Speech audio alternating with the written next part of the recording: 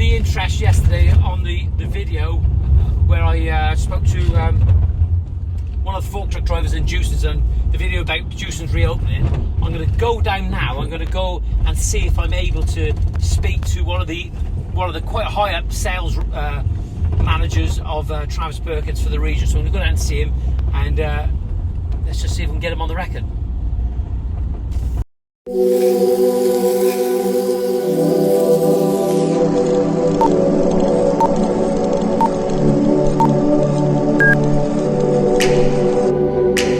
Well, I've just pulled up outside Jewsons now, and I'm going to see if I can see Andy Stevens and see what he has to say about the reopening. Hold on, can you get through?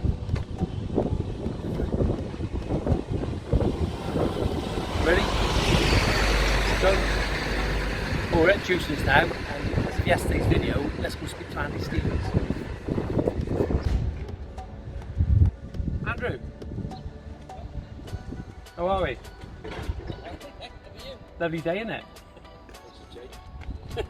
How you going? Yeah, it's different. You actually look good behind bars there. come and just, if we can just film Andrew here. Usual view of me. I'm calling you Andrew on Don't normally. No. And I've known you for a while now, haven't I? Oh, a few years, 20 plus, I expect. Yeah, absolutely. Yeah, definitely. Yeah, Charlotte. So 23 years. 23, yeah. Got to be 23. Go on. And I did a video yesterday, and I hope you didn't mind. I spoke to Ben. Ben's gives a great service down here, and he's always good to talk to, good customer service. And he gave us clear instructions where to go, Absolutely. where to park the van, and the social distancing, what we have to adhere to. Yeah, definitely. Before we get on to that, what was the policy behind Jewsons shutting down for a while? It was... Come a bit closer if you don't mind, Andrew. We just get you on film. Yeah, no, that's fine. It was... 2 metres. Yeah, 2 metres, got to keep the 2 metres. I suppose it was a consideration to customers with what was going on. I don't think any of us understood the impact that this COVID-19 was going to have. So first and foremost, staff and customers were at the forefront of the decision that was made. We're a very sort of interactive business. We've got people standing there with trade counters. We get, a fair few vans in here in the morning. And it become too risky for us to be this close to people with, on a daily basis for both customers and staff, really. People's going to want me to stop you from talking now, but I suppose a question I want to ask is who makes these decisions? Like when this is not taking the mick now, but you get the Cobra and the committee and the Sage committee like they're having now at top level. Is these decisions made like at Jewsons head office, or is it done locally? Yeah, we've got a Jewson exec that which is made up of the hierarchy of the business, and they talk on a regular basis. They have regular meetings. And as this was progressing, and as we seen what was coming, through the media and social media and things like this, the momentum was starting to build. And obviously, we had some staff that unfortunately came down with it. They were presenting symptoms. Right. Okay. So a few started going off in the first place. And like I say, as it started gathering momentum, it was felt that the health and safety of our staff and interacting with customers was just at the forefront of it all, and that was why the decision was made. So initially we shut everything, and then we started getting some calls off some large contractors putting the Nightingale hospitals together. So then they had to reconvene a meeting, and we started to do things on Zoom and things like this, and we started to change the way we look at things. So we got involved with some of the Nightingale hospitals up in London. Okay. Then we had to open a branch in Cardiff. There was the Principality Stadium that was had to be turned into a hospital.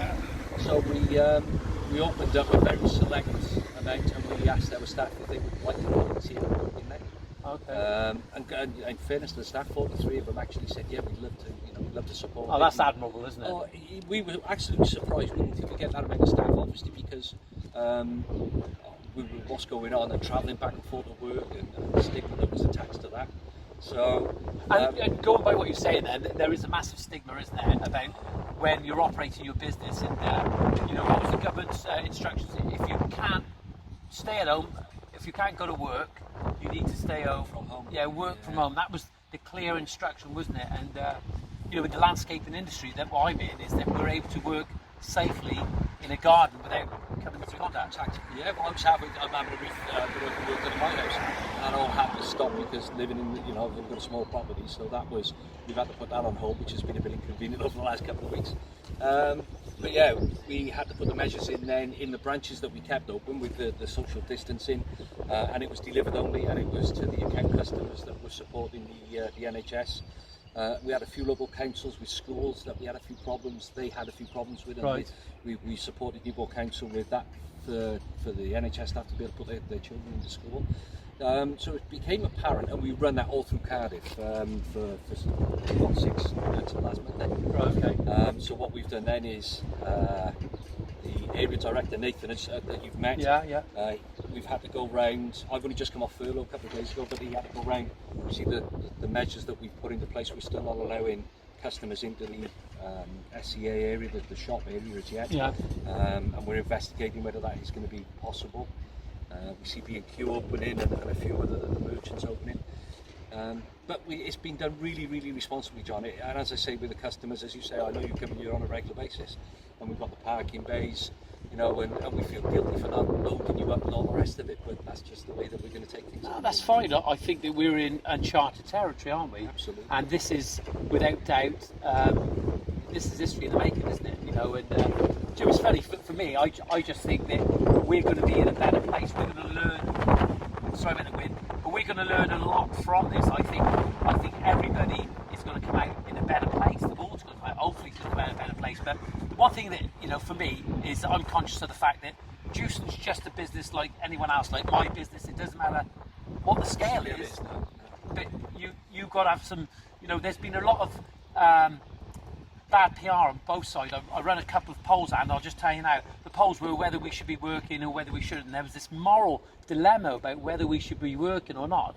But the fact is that we have to reconvene, and it's becoming apparent that we have to reconvene usual practice sooner or later, don't we? Yeah, well, I was talking to a young guy earlier on. He's never dealt with this before. There's a bit of a shortage on plaster products at the moment, Okay. and because the suppliers are not back in work. And talking to him earlier on, and he said, if I don't actually go to work and do anything, I don't get paid. He said, I've still got bills to pay. I've still got a family to feed. And that was our dilemma as well. You know, if we stopped all transactions with all customers, is their livelihoods? Yeah, massively. That's a tough thing. That's a tough thing to do. And to tell somebody that you know, I actually said to Andy, I said, look, and I come down. I think it was I'll wait outside. I won't come in, didn't I? Yeah. And you can't do that, can you? You No. can't start putting. Well, I was desperate for product, wasn't I? You know. Well, it's Marshall's. We get a regular update now from head office. You're not getting paid to say it, are you? No, not at all. But we get regular updates of who's opening. Yeah. Seven Sands, a local supplier, has just reopened and got in touch with us and said, yeah, Okay. we're back trading. So there's Ibstock have come to us. So we're getting regular dates of companies that are actually starting to trade again. Because of course, you know, we've only got to find out the amount of stock, and we need to top that up as well. So Look, there is definitely a couple of questions I want to ask you about what advice you would give to a contractor, whether they're a builder, a plumber, or whatever they're doing. But there was, and we'll get back to that. But there was, I had a message off, and I hope you don't give me your view on it. That's all we want is a view. I had a friend of mine. He's a contractor. He's in Oxford, and he's a cash card, trade card, like I am. He's not a full account holder, and they wouldn't serve him because he wasn't an account holder. What's the policy with that? that's a For you guys here, I for, suppose. for us guys here, and especially for me, we deal with a lot of trade cash cards. I suppose it's the same with everything, John. We've built up relationships over the years, and if you can get in touch with a local sales representative or build up that relationship Yeah. with a manager, or and it's about looking after the people who look after you. Yeah, absolutely. And I think that's within all businesses. You know, it's.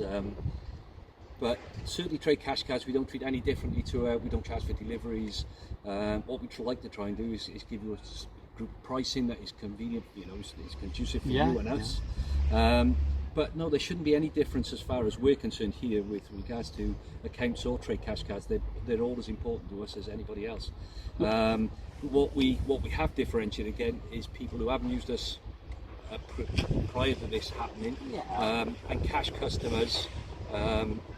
We don't we don't tend to try and engage with them quite as much as this moment in time. Right. Okay. So it's And rightly so. well, you guys are our bread and butter. You guys are really important to keeping our business going, and we try and. Ben.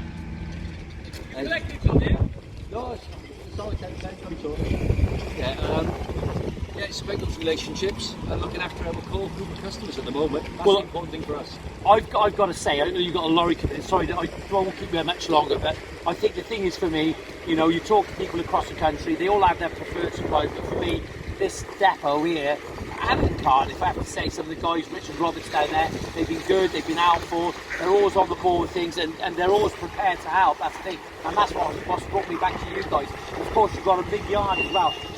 Just quickly, if you was giving some advice to any contractor out there now, just tell us quickly about the procedure, what would happen here now? So the collections are done on a booked basis. So just ring the branch, order your products, tell them what you want. They will then give you a designated time to try and adhere to. Let me just open it again. Yeah. So try and adhere to the times that are given. What will happen then is you see the gates are closed. You want to come inside? Yeah. And we've had to come inside now. We are 2 metres, or probably 1.95. I'll lie down now under there. Pretty good. If we can focus on Andy, I'll get over on this side. We can focus on Andy. And we've talked about, what I asked you was, what's the advice to contractors now about using your business now and engaging with you? What's the process?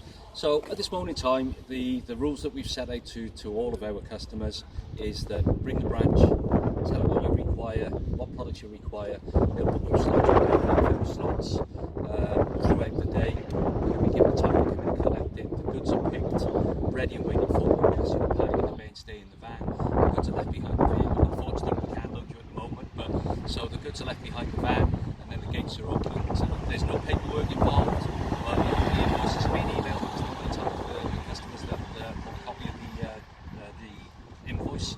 Okay. As far as delivery goes, it's again ring the branch, place the order, and then they'll give you. You've started just recently. If I just go and make sure we pick up Andy, you started recently sending the receipts through electronically. Yeah. You had a new system, yeah. Well, yes. There's a couple of things that's going on. Our new Icon computer system has enabled us to do that electronically.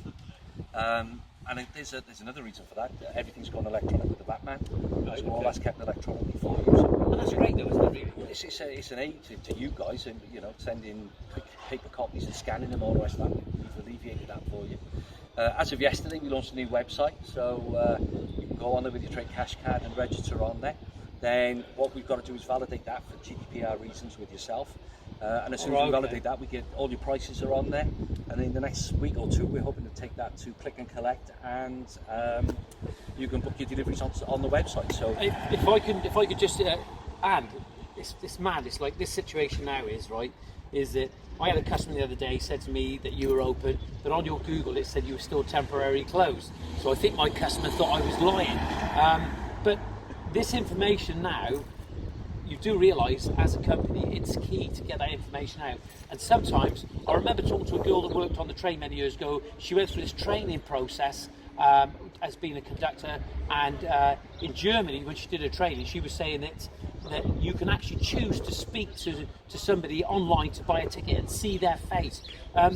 You're old school. Absolutely. I haven't got your age. Yeah, this is all new to me. Yeah, but do you think, like, what we're doing now, this information, because sometimes people don't necessarily understand the internet, the digital media. Isn't it good to get this message out now, like this? Well, I think this industry has been, it's been behind the curve with all of this social media and everything else, and Zoom and all this now coming in, and it is certainly changing. I think I've seen more changes in the last 12-18 months in this industry, trying to catch up with the digital technology. And the thing is, I suppose the organ for us is the pricing side of things. We negotiate with everybody in all different prices, with all different products. We sell 140,000 different products, and it's how many products? 140,000 is available to us, as to buy and sell.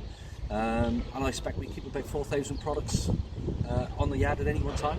Oh, so people, and with several 100,000 customers, trying to get all the pricing right for everybody is quite difficult.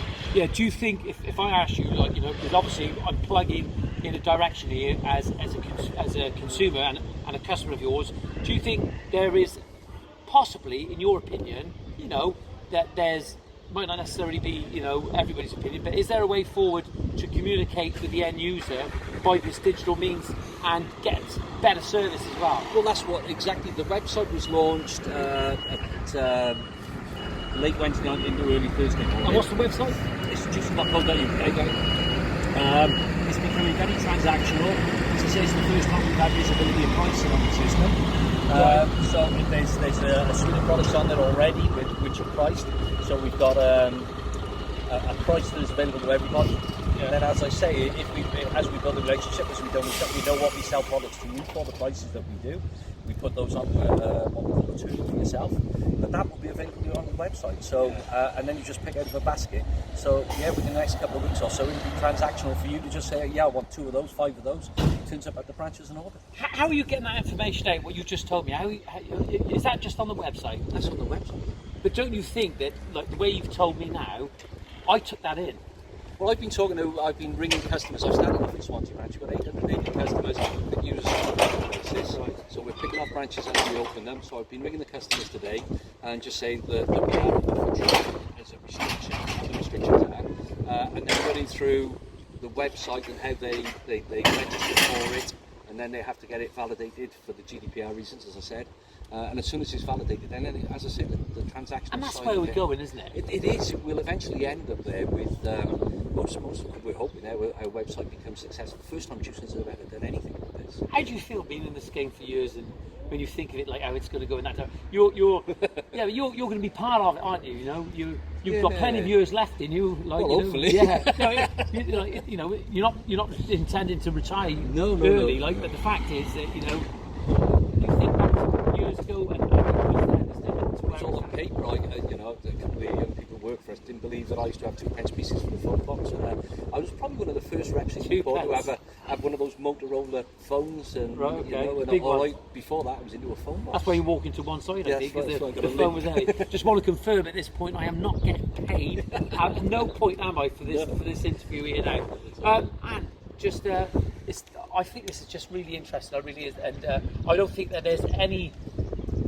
I don't think there's any other branch managers or salespeople that are actually got involved in a conversation here and on a social platform anywhere across the country. So no, there's not. I know there's not. And if there is, tell me about it. Just quickly, and on a finishing note, we want some positivity going forward. How do you see it, or what do you want to go forward? You know, what do you want to come from this? We've changed our business recently over the last 12 months, and we're trying to concentrate more and more on our local customers.